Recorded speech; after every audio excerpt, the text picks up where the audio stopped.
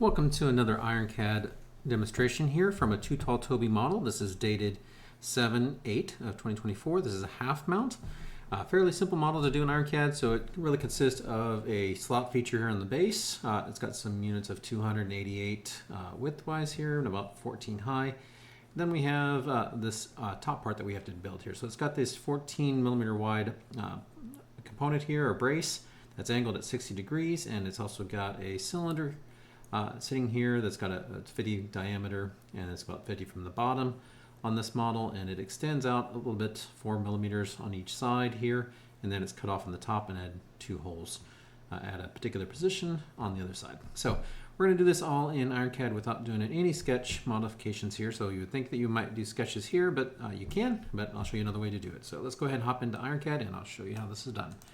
So first, in our catalogs, we have a slot feature already, so you can just drag and drop that out, and we can go ahead and set the units. We said it was 200 in the length and 88 on the width, and we said the height is 14. So we'll go ahead and set that to 14, and that's our base for this.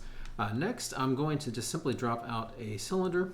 I'm going to drop it right here on the bottom because we do know some measurements here. One, it's a diameter 50, and it needs to be moved up from the bottom, so we'll use our TriBall, which is F10. Move it up 50 as well. So that kind of gives us a starting point of where that shape needs to be. Now, on this case, it's actually moved in 16 and 4 on the outside. The overall length is 20. So we'll just go ahead and select on this handle here, and we're just going to say take that 50 and add 16 to it, and then we'll come to the other handle and just do 20. So it's just kind of like an offsetting here. So you can see if we rotate it around, that's sitting off 4 millimeters off of this edge. Okay, so that's kind of our base point here. So next, instead of doing the sketch here and drawing some lines, making a tangent to this, putting an angle on it, offsetting it, extruding it, and doing the process, we're going to do this a different way. So one of the ways to do that, I can do it on either end, but I'll just kind of show you this. So I'm just going to zoom here so we can see what's going on. So I'm going to drag and drop a block right here on this face.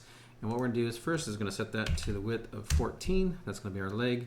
And then we can just align this stuff. So we know it needs to be aligned here to the front face, and it needs to be aligned to that back face there. So this is kind of our starting point for our model, and what we're going to do is just simply turn on the TriBall, move it down here, and we're just going to simply lock an axis or rotate it. In this case, it's just 30 degrees to get you to the 60, so we'll just say that's 330 on there. We can rotate it a little different there to get that to show 30. But anyways, we've got that at 330, or that's 60 degrees there, and then we can just use a positioning tool that we have here, positioning constraint. We're just going to do a tangency on that, and we're going to select this face and our tangent, and that will move our model, our feature in this case, over to that location, and we'll go ahead and apply that. So now we can just simply pull this up, this handle up, and so you can see that it's keeping the tangency there for us, and then we can just actually pull it right back down to find where that tangency is with the Smart Snap, holding the Shift key down. We can get that exact point, and we're just going to leave it buried into the model because we need it to go to this face. So that's all it takes to really build that thing. You don't have to do any sketches. You just rotate the geometry to get that. So that's all we had to do. Next, we can add this blend feature on this end, and it has a value of 6 millimeters. So we'll go ahead and apply that, and then we'll just do a mirror feature. So what we're doing, the mirror feature here on this part, we need a reference point. So a lot of times in other systems you have to have a plane. In our case, we can actually use points. So we know a midpoint of an edge is actually a plane. It's just the normal to that point. So we can actually select that as our plane. Then we can simply select these two features that we want to mirror to get that result. Okay. Same thing can apply. We're going to move this to the other side. In this case, we're going to do that same mirror again. In this case, we will select our part, and we'll select this midpoint of this edge here. Again, it'll put a plane there for us. We can select that mirror result, which will encapsulate all of the geometry and our cylinder to get our shape to the other side. So that's all it takes to get that to the other side there. And then all we need to do is actually do a couple things here. One, we can drop a extrude cylinder here, so extrude cut basically. And we know the diameter of that one is 24. So we can go ahead and apply that. And then we'll just drop an extrude cut on the other side. And we'll set the bottom. If we right click to that, we can say snap it to the center point. I can pull these handles with a right click to get a symmetrical pull, and just pull the top one up to cut that off. So that gives us our half model results right there. All right, so now we'll just go ahead and add our last thing, which is our cylinder. We can drop this in many places here. I'll show you how to move it around with the TriBall. So I'm just going to drop it here, and it's got a diameter, I believe that is 8 on that. So we'll just move it to 8, and I'll use the TriBall to position this around. So one of the things I can do here is use the TriBall, this plane handle here, and I can say to center point of this, and we'll move it right to the center point on that plane, on that edge. So I know that this needs to be from the center 20 millimeters out, and it needs to be offset back a distance of 7 millimeters. So we can just do that.